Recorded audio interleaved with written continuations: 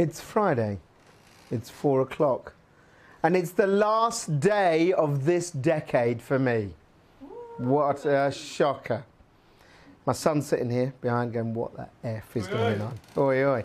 I am going to cross over the dimension of space and time and enter my 6th decade tomorrow.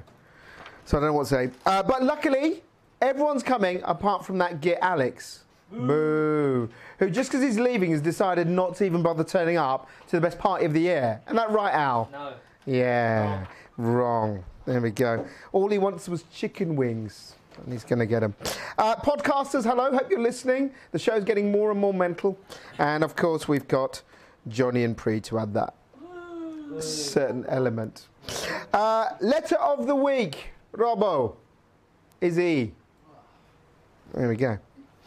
I want to also say thank you to all the sponsors who turned up yesterday. Day before yesterday when we were down at the QE2 Centre for Expo. So good to see you guys. We are getting together, getting geared up, ready for what's going to be a brilliant Expo this year. And of course couldn't do it without the wonderful people who support us. So thanks for coming on down.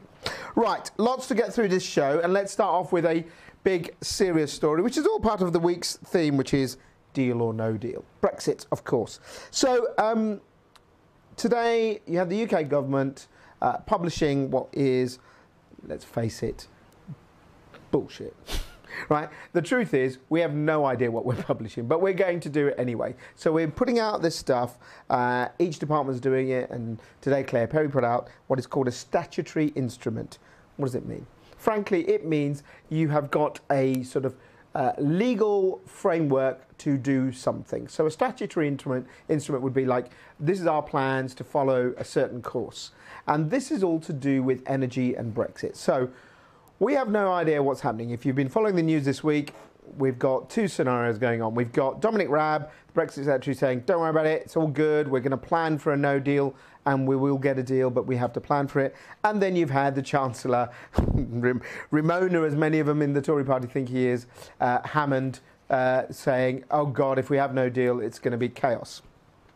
What does that all mean when it comes to energy? Well, what it means is that obviously we are an island, we have to trade, we have interconnectors. How will they all work? What will be the standards when we import and we export? There will be certain codes. So what was announced today was by Claire Perry, and the government as such was saying that we are putting in these statutory instruments, these little guidances to say these will be the rules we'll follow. And what they're basically saying is they're going to follow the EU rules as much as possible. So a lot of the legislation, the EU standards and codes would be the ones they adopt. The other thing that came out was probably, you may have seen it, there was issues around our nuclear future and what we're going to do about sort of getting generation imported to make sure we've got enough capacity should there be no deal. So the government's working on that. Well, what can you say about it? Look, you can't say the government's doing the wrong thing. They're doing absolutely the right thing.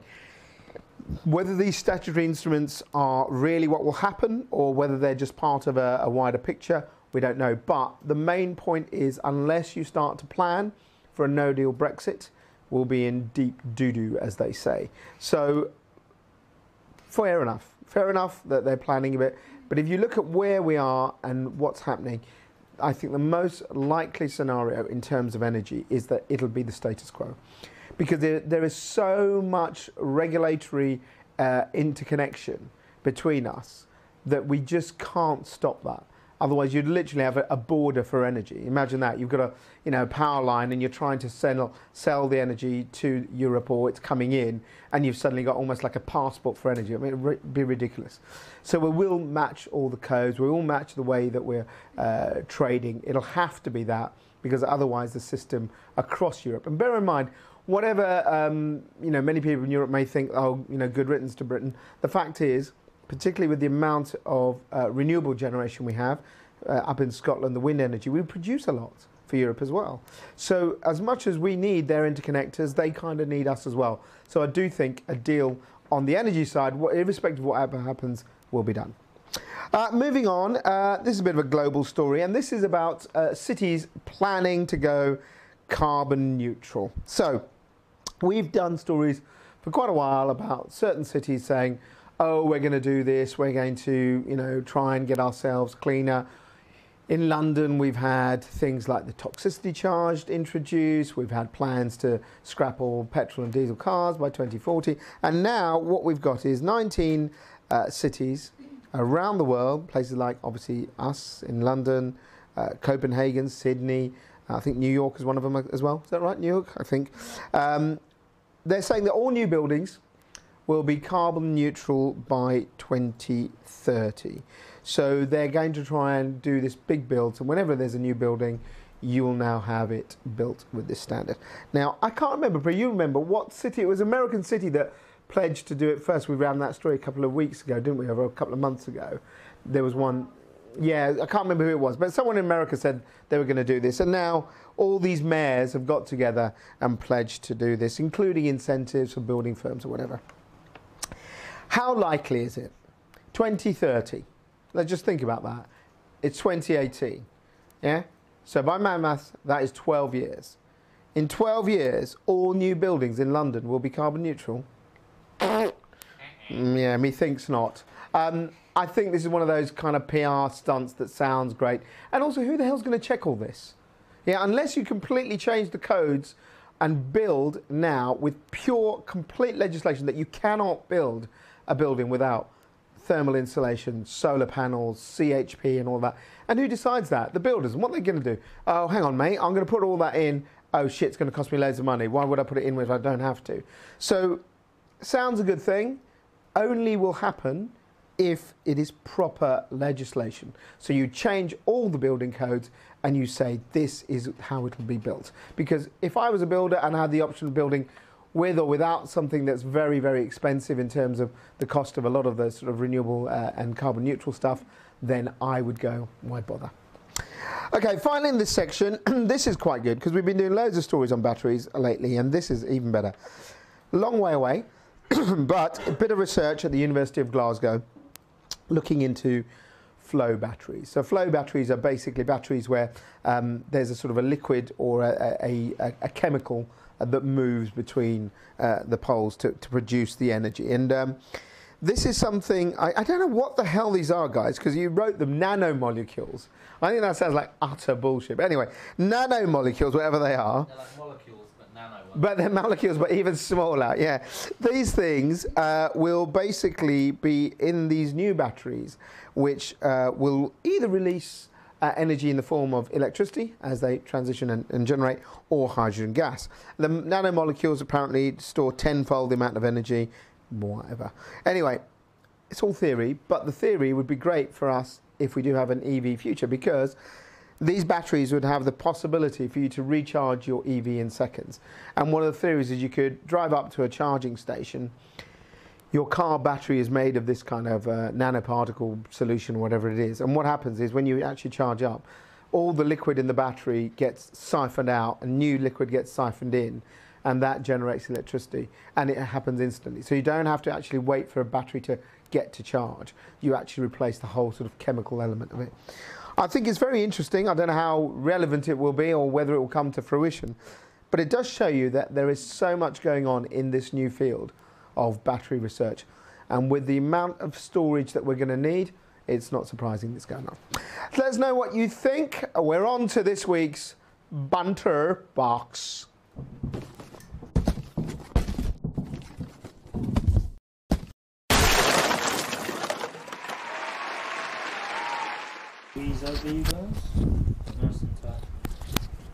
Have you finished?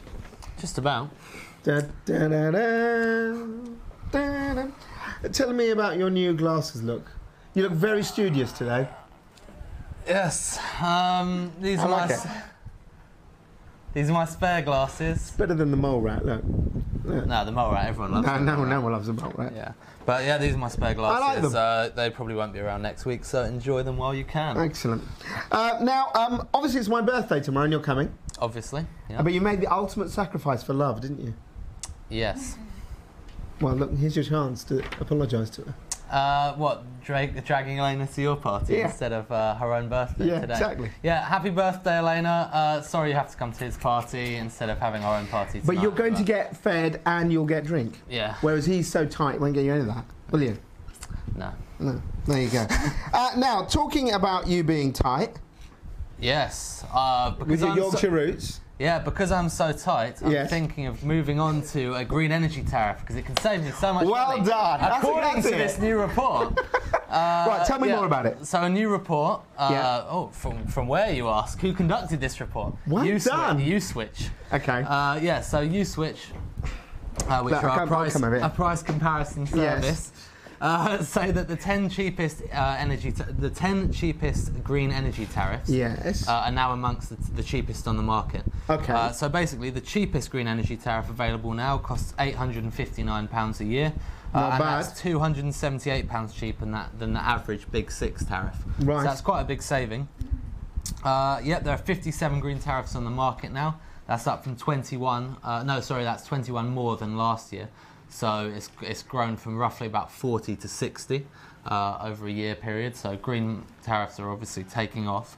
And 38% of people now are actually saying that 38% of people that aren't on green tariffs are considering switching to one. So it seems How big was that survey? I think the survey, I don't actually have that number. Well, why the hell have you come on? Exactly, Alex.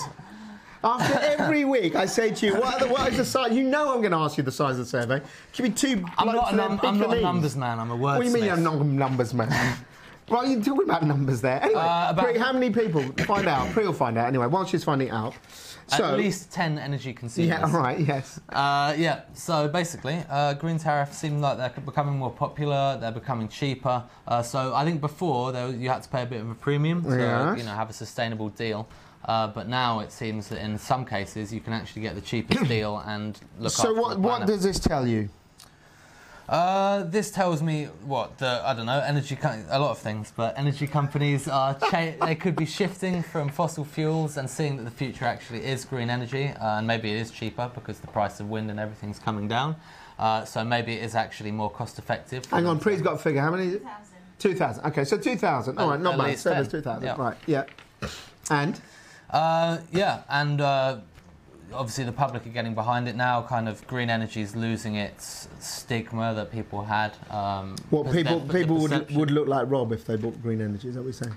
Yeah, I think people before the Gandalf types. Like he's giving me a look there. He's giving me a real Gandalf look there. Yeah, people thought. I think before that you had to have a beard. These deals were if you're a tree hugger or something, and you had to pay 10 times the amount and you were for rich. some electricity. Yeah, you got a beard. You live in Hoxton and you're loaded. Yeah. And you know about Bitcoin. Yeah. Basically. But it seems as if it's becoming very mainstream, actually. But why is it? Well, no. Okay, so let's go for this. So, I think I wouldn't really give a crap where my energy comes from, right? You would have felt it's the cheapest one. Yeah, if it was the cheapest, that's all I'd go for. So what this does prove is that actually, if you look at it, all of the things that people have complained about, subsidies and government policies, have caused a change. They are expensive. You've seen today, Pri will talk to you about one of the big six putting their prices up. Yeah. But if those figures are showing you the way things are going, and 278 quid cheaper than the average is quite a lot cheaper. I mean, it's massive. It's about a fifth of the total cost. So in the end, it's the same as electric vehicles, anything. It doesn't matter whether we want to do these things. It's all economics. It's all economics. Yeah, no, I agree. I do. I don't own my own house, unfortunately. But if I did, I'd like to be paying a green tariff, and I'd be happy to pay a little bit more. Why don't you get your dad to do it? That'd be brilliant. Ask your dad. He is. He's on. I won't mention the company. Don't mention the brand. He's on a green energy tariff. And he's very happy with it. But he moved on to that tariff because it was the cheapest. There we go. All right, good stuff. Right, now, talking about cheap and future and money and all your wealth. Yep. We have. So, yeah. Thank you for that nice segue into my next subject. Basically, if any of you watch Dragon's Den and were watching it on Sunday evening, I don't actually watch it, but I know Deborah Meaden and Peter Jones and everyone. No, they've all gone. Only Peter Jones. Peter Jones is still on there, isn't he? And he actually didn't mean to resign from it. She thought it was crap. She left. Keep on top of it. That's her loss. And anyway, so on Dragon's Den on Sunday night, an automatic switching startup is what they call themselves. called Look After My Bills.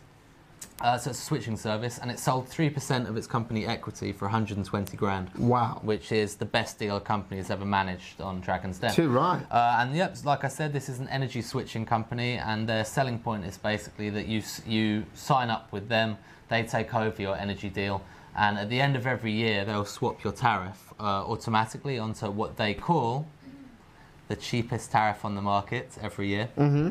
And But it does it all for you. It means that you don't need so to be these two engaged. blokes pitched up and they've come up with this, and they're valuing their company at, I think, from my maths, about 4 million. Yep. And wow. And it basically means that you don't. We hear a lot about how consumers need to be more engaged in the energy market and keep on top of their energy bills and so on. But this means you sign up to this company and you wouldn't have to be engaged. They would just handle everything for you on a rolling basis. What about your data? This is the whole point of this, isn't it? Yes, your data. Well, we're sacrificing all of our data, I think, to... We're sacrificing it all. But I think we're past that point already, to be honest. Alex, why do you keep looking at your muscles in the middle of it? It's just look. Do you want to come tense and show everyone Go on, the just gun him. Are you Gun sure? him. Come Get on. your guns out. On the last show, he's going to get his guns out before he goes. Right, okay. Right, so although this company says... I think we've done this story. No, we haven't. The company says that we can save the average consumer £253 a year, which is a lot of money. But since we published the story... Whoa. We have actually had someone email us pointing out that they don't necessarily find the cheapest tariff on the market because it's the cheapest tariff on the market out of the suppliers that they have their own deal with. Of course, yeah. So, but that's the same with any kind of switching site. When you go to a switching site, do you really think you're getting the market? You're not. Yeah. You're getting the market from people who are paying to put their tariffs on that site. So, if you don't know that, then flipping it, what's the point? Yeah. Okay, right. And then something else that's great, because having seen your driving skills... Oh, they've improved in the last 2 years I've been working here, much like my journalism skills. Tell everyone about your first day here when you came for an interview. And Well, how mid-interview, really. Mid-interview, what you had to do. Sumit asked me to move my... No, I think I had to move my car because the car parking space was someone else's and I reversed into a telegraph pole. But, you can't be good at everything, is what I say. Well, we'd be like you to be good at some things, Jonas. Yes? Oh, I'm working on it. Good. But cars, anyway, Germans... world-famous car manufacturer Sono Motors has released a new... I'd love to drive a Sono. Has released a new solar-powered car, and I actually think this is quite cool. It would suit me a lot. We've got a picture of it. I think we've got it. It looks weird. You've got to move your head. What do you mean I'm going to move my head? I can't move my head anymore. We're in the way. No, I can see. What do you mean Why should I duck? He's moved us down. Right. Yeah, so anyway, this car, it's quite nice looking, but those things on the side that you can see are solar panels. Yes. It also has solar panels all over the bonnet and all over the roof of the car. 330 solar cells in total. Hang on a second. Alex, you remember we went to Paris? So we saw, it was Toyota, wasn't it? Yeah, and they had this Prius with a solar roof. So they've gone one stage further, because the Prius with the solar roof, which is going on sale, I think, sometime next year, it just, in low power, it uses that, but it's just a little top-up. Is this running constantly on that, then? No. So you can charge it via standard electric vehicle plug, and it would work like a normal electric car. It would have 155 miles, which is, fairly decent. But basically, the solar gives you 20 miles every day. So just some people might say town. that's not a lot if you've got a long commute or something. But I never drive more than 20 miles in a day. But the average driver's commute is like 3-4 miles in a day. So I think if I had that car, I'd never have to even top it up. How much is it? Energy. It is 16,000 euros. Which is okay, but then read the small print. That doesn't include the battery, which is 4,000 euros. So battery's 400,000 euros. That's another 25% of the price. Are these actually being made, or is this just concept stuff? No, they're being made. There's 6,500 pre-orders. Wow. Yeah, and it hasn't been announced that long ago, so there's been quite a lot of interest. Like I said, I think for people that do short journeys, it could basically turn your fuel cost to zero if you live in a sunny country. And I then looked at the car and thought, what happens if someone scrapes into you? Even like a very light scrape or something like that. Someone keys it, like they do in Bromley. Yeah. Never go to Bromley. Stay in Surrey. But yeah, even if you open the door into a lamppost, I thought, you're probably going to have £1,000 to repair. Like if you live in Port Stewart and you got no sunshine, what happens then? Car doesn't go. Yeah, don't live in Port Stewart, and if you have to, don't buy a solar car. Oh, hang on, something's happening over in the corner. Right, he's getting involved. No, but lots of solar technology nowadays works in fairly low light conditions. It can be cloudy and it will still work. No, I think that would be. I think the main thing is though, whether this just a little thing that happens, it shows you, when people start putting things like this. Yeah. One big manufacturer will probably do this big scale. Yeah. So these sort of things are, like G-Wiz. I don't know if people remember those. You sometimes see the little electric cars. Yeah, the tiny ones. Yeah, they look terrible. Yeah. And, loads of people had them about 15, 20 years ago and they were like, oh, you're really odd. Look at that. That has now become, a Tesla and all of those things. So I think this company, good luck to them, because if they can get a bit of a market, they're sort of, starting the whole side of thing. Excellent. Yeah, I think it's cool. Okay, anything else from your world? Nothing. How's things? No, things are good, as always. And what are you buying Elena tonight then? Well, I've bought Elena's presents already, Way. obviously. Because I'm prepared. And you've wrapped them, haven't you? You've spent most of your afternoon wrapping them in the office. Yeah, more important than work. But yeah, and then I'm looking forward to your birthday party tomorrow night to welcome you into the second 50-year period. Knocked it out the park. Goodbye, Jonathan. Bye. Right, have we got a Hack Hutch intro? I think we have. Hack Hutch.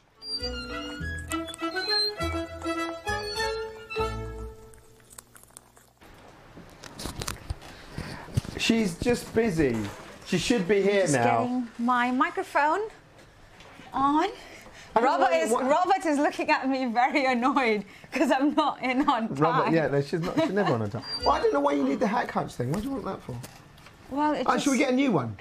Yeah. I think Princess Rob's Pri. on it. Should we have the pre? We need a pre-intro. No. Nothing to do with Yeah, princesses. Pre's Den. I like that. Yeah, that's fine. That's good. I'm not a big fan of princessy things. Pre's Pagoda. That's not bad either.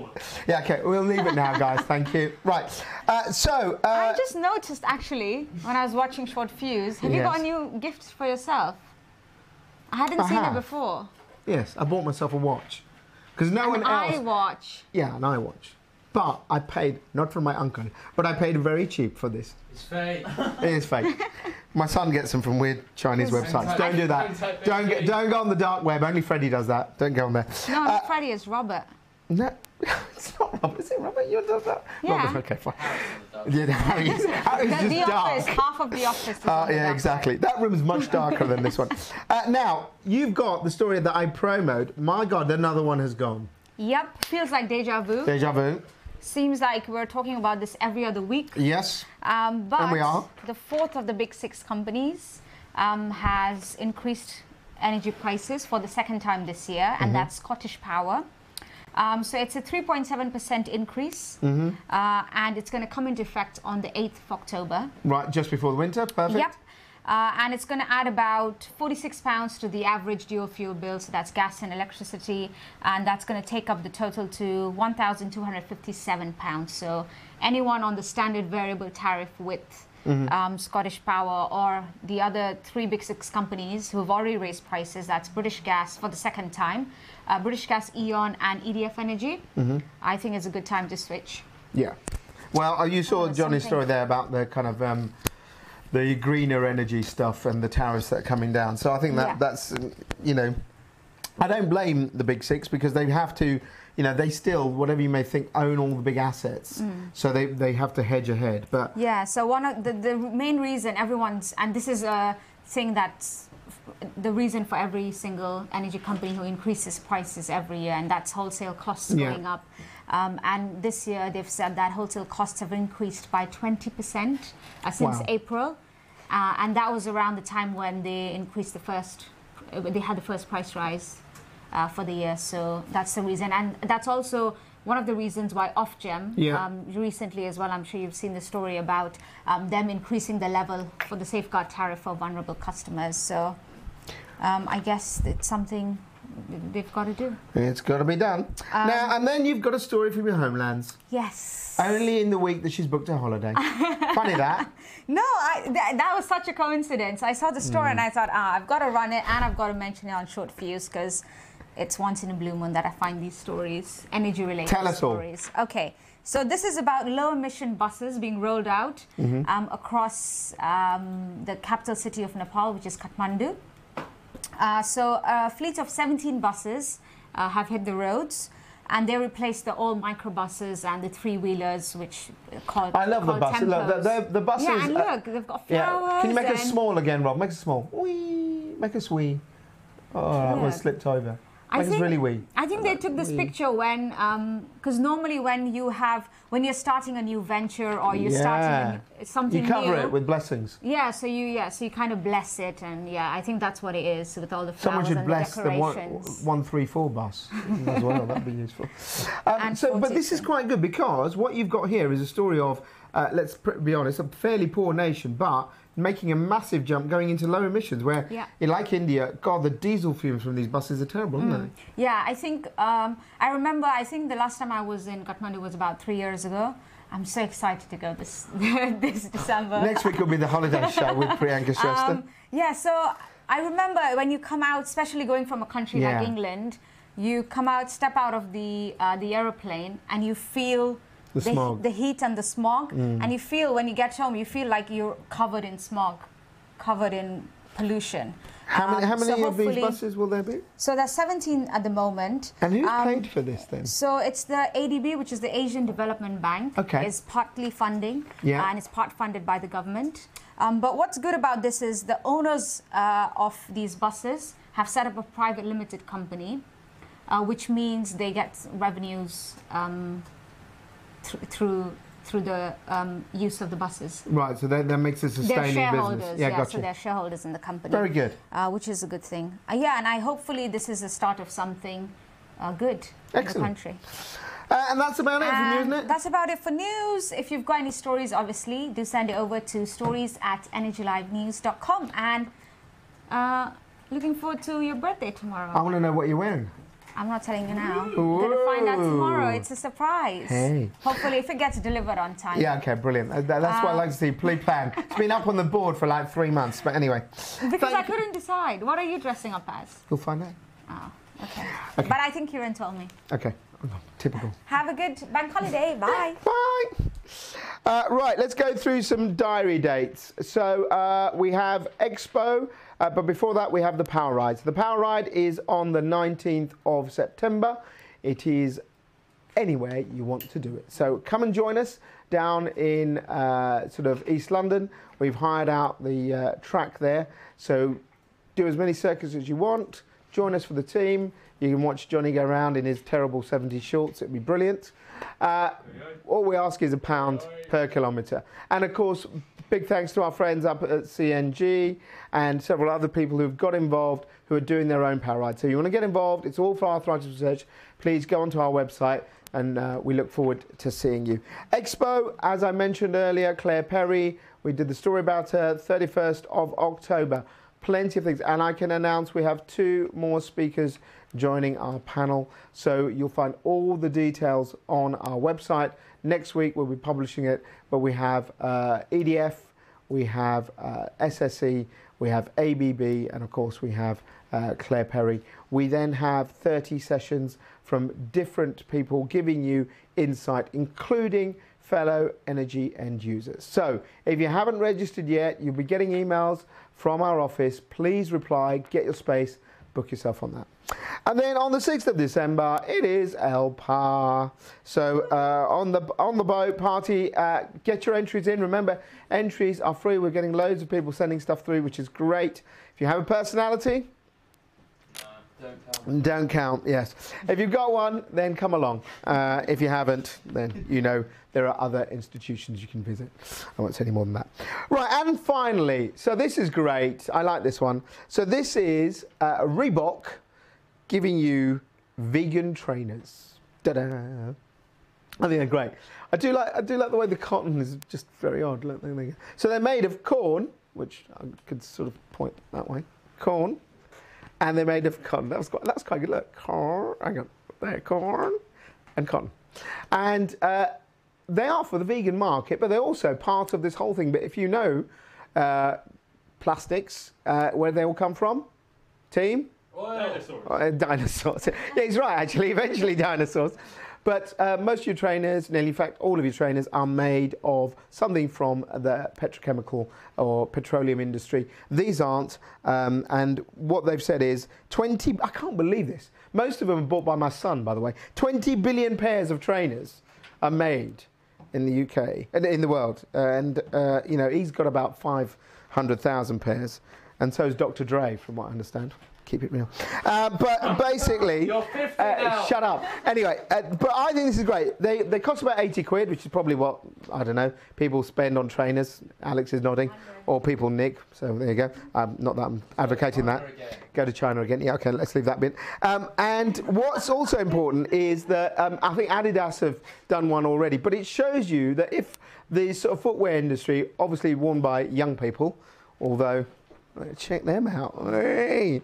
B-Tech ones. Anyway, yeah, what are they? Shush. And basically, I think this is great because why don't we do that? Why don't we make our clothes out of things that are sustainable? So good on Reebok for doing that. That's it. I don't think have we got any shout-outs? What? Not even Kevin Corcoran? No, I don't know. Ah. Well, we're going to see Kevin in his weird beard. Yeah, he is, yeah. And finally, it's a bit of a weird one, but today's Vesuvius Day. So if you were around in 79 AD on the 24th of August, it wasn't a good day. So yeah, it would be you wouldn't be getting much corn on the fields. But yes, that's a very odd GIF. Only Pre would find these ones. Why do we? It does look like, yeah, it's pretty old, isn't it? I suppose. Yeah. Yeah, a couple of thousand years. Why? Exactly. So yes, Vesuvius Day. Volcanoes are us. We'll be back. Well, I won't be, but they will be next week because I've got meetings. So you're going to have the dynamic duo. God help them. Whoop whoop. Have a fantastic bank holiday weekend. I'll see you in my next decade. Adios.